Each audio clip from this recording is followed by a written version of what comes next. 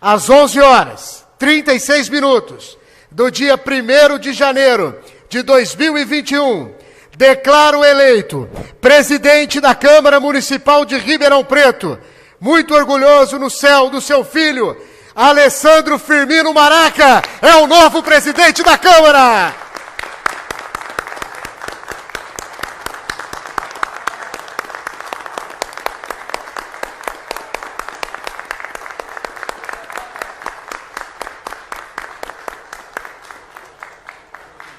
Em primeiro lugar, agradecer a Deus, a minha família, aos vereadores que votaram em mim. Muitos deles, nós tivemos a oportunidade de construir essa relação de confiança durante esses últimos 4 anos, mas alguns deles, essa relação foi construída ao longo da vida, ao longo de trabalhos comunitários. Quero também agradecer os vereadores que não votaram. Hoje nós fortalecemos aqui a democracia. E isso é muito importante.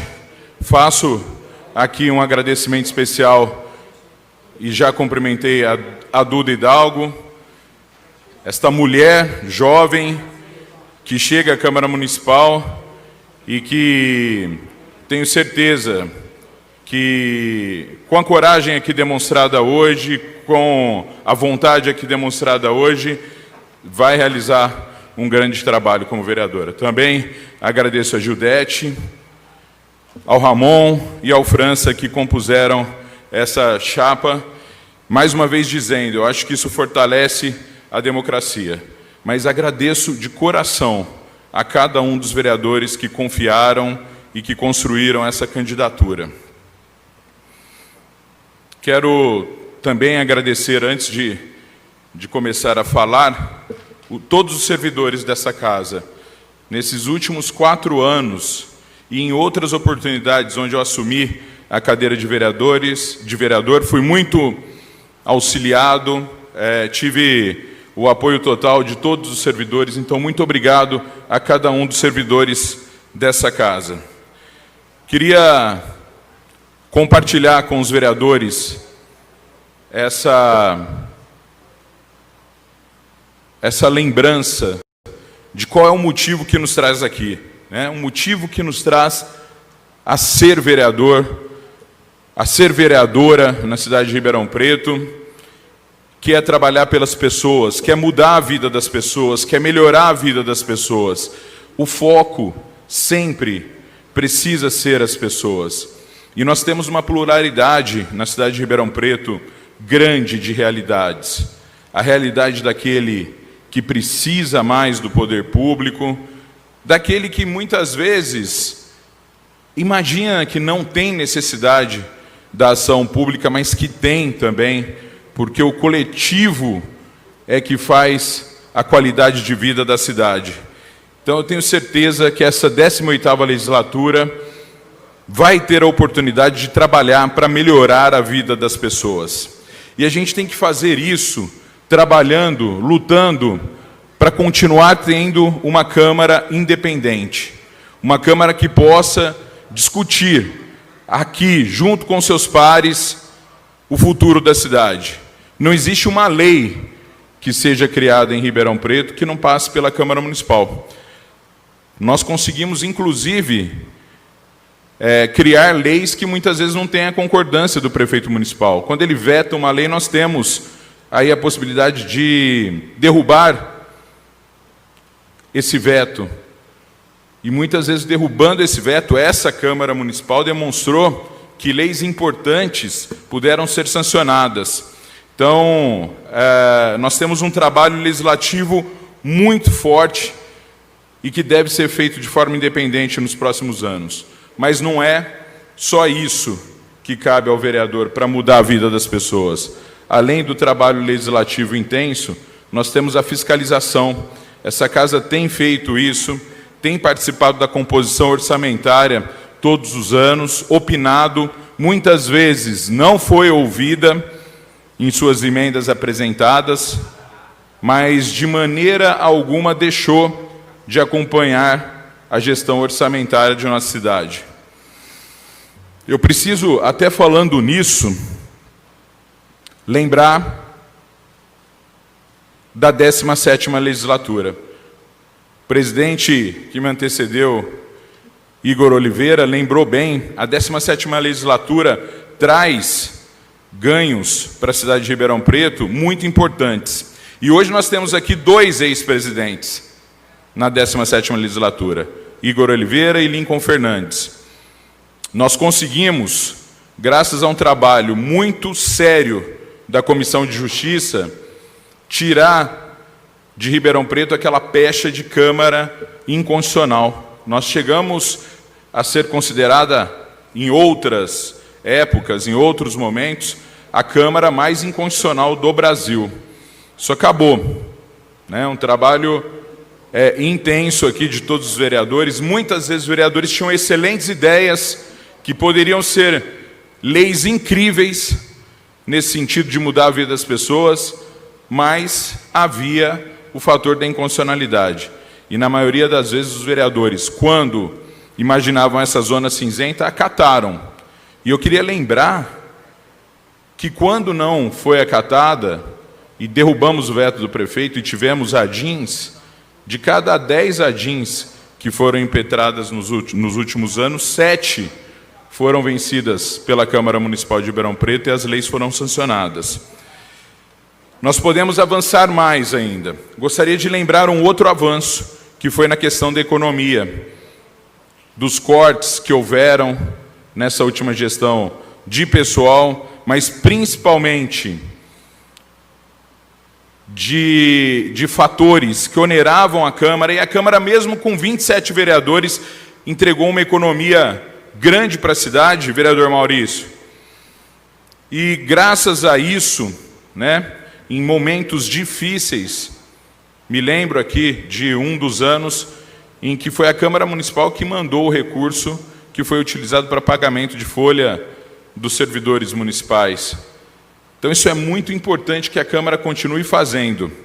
Nós precisamos continuar nesse tuar. E acho que existe muita coisa para que nós avancemos mais ainda. E só para finalizar, na questão da 17ª legislatura, o Igor também falou aqui do relatório do ENCLA, onde Ribeirão Preto, que figurava acima do número 400º, hoje figura entre as 5 câmaras mais transparentes do Estado de São Paulo.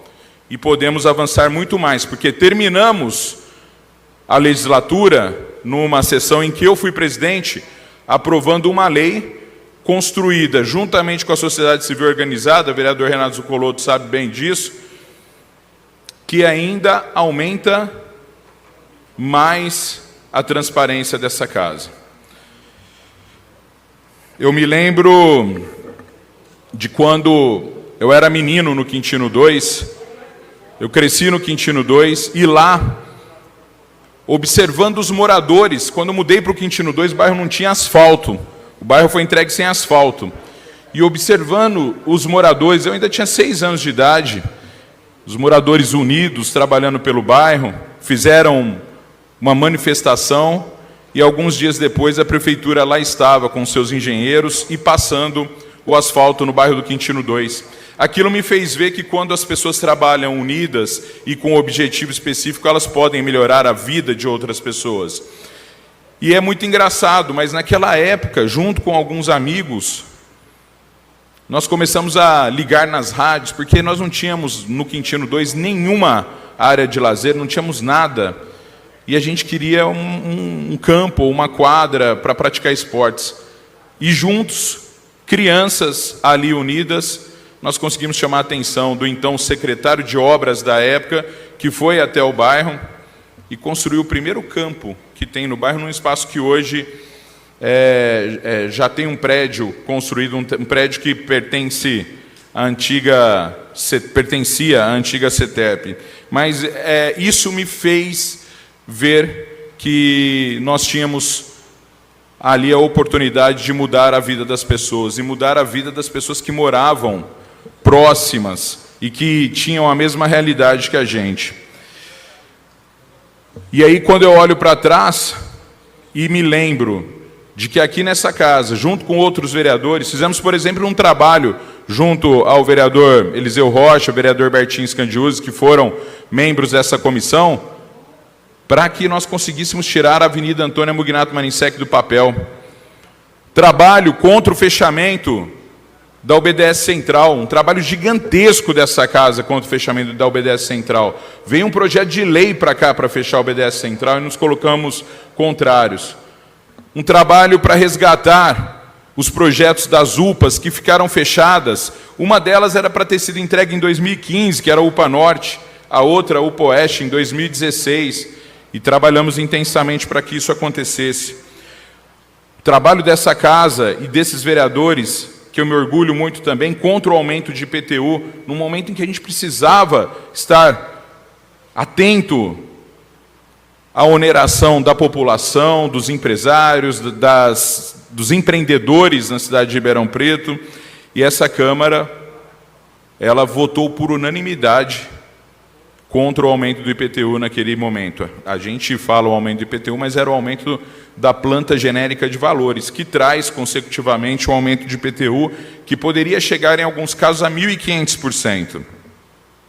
Nós apresentamos leis importantes nessa casa, trouxemos emendas parlamentares importantes e que permitem que hoje Ribeirão Preto respire e tenha muito mais tranquilidade financeira, e a gente quer continuar a fazer isso. Mas nós vamos também trazer um olhar para o futuro. Nós vamos aproximar o cidadão dessa casa de leis. Nós precisamos fazer isso. Continuar com os compromissos de economia, mas olhar para essa casa. Nós precisamos, e não são poucas as vezes, que a Câmara sofre quando chove na cidade. Nós temos aqui, às vezes, vazamentos que impossibilitam, inclusive, a gente receber a população aqui. Então, nós precisamos olhar para a nossa casa. Olhar como nós olhamos quando buscamos a economia, extinguindo o fim do RTI, trazendo o fim do RTI, a redução de custos da máquina em geral, mas nós podemos avançar mais. Nós podemos, e tenho conversado isso com vários vereadores, ser o primeiro prédio municipal autossuficiente, sustentável. Na última semana tive uma longa conversa com o vereador Marcos Papa, inclusive, sobre isso, e a realidade da energia fotovoltaica está aí. E nós podemos trazer, vereador André Rodini, uma grande economia para casa com isso. Outra coisa que nós precisamos fazer e avançar é acabar com o papel na Câmara Municipal de Ribeirão Preto. O papel. Nós podemos buscar o quanto antes possível, e aí vai ter que ser um trabalho em conjunto com o Executivo também, para que nós tenhamos mecanismos para que nossos requerimentos, nossas indicações, elas possam ser feitas de modo eletrônico. Inclusive, vereador Papa, com a famosa assinatura eletrônica, né, que nós precisamos ter aqui. Vereadora Gláucia também trouxe para mim grandes ideias que a gente quer aplicar nesse sentido também na casa.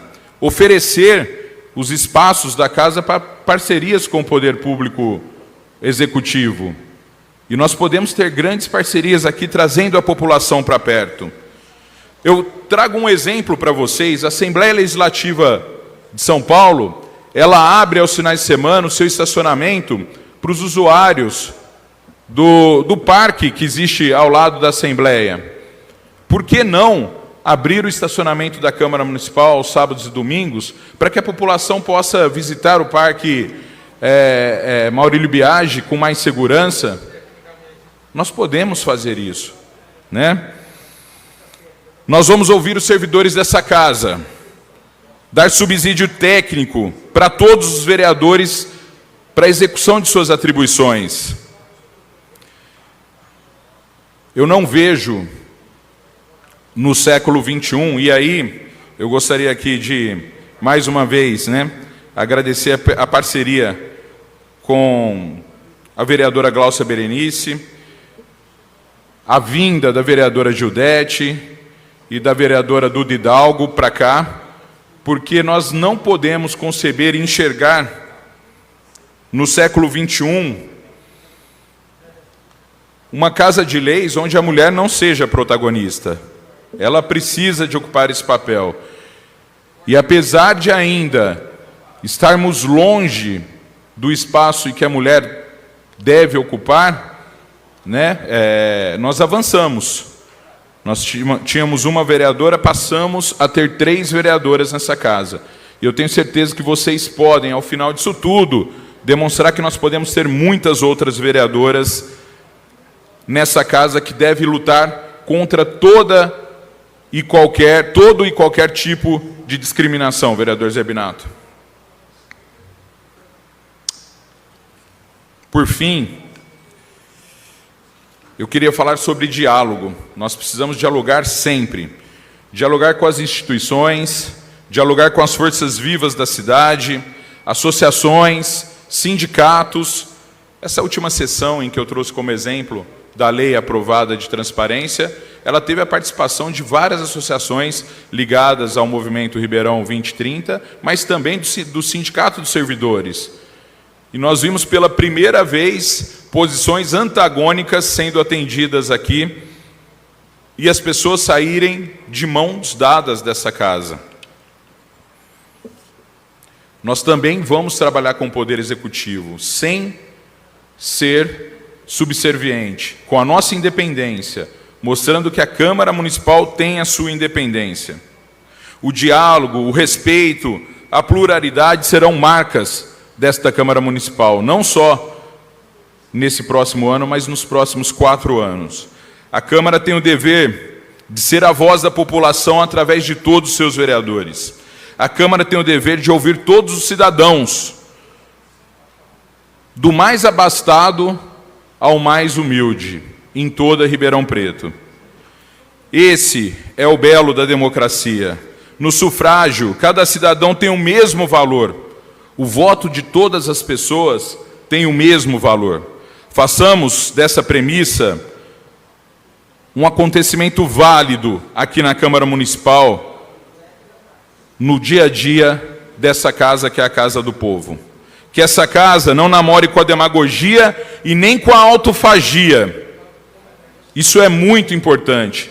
Nós tivemos lições aqui no início da 17ª legislatura, vereador Isaac Antuni, com relação à questão da autofagia.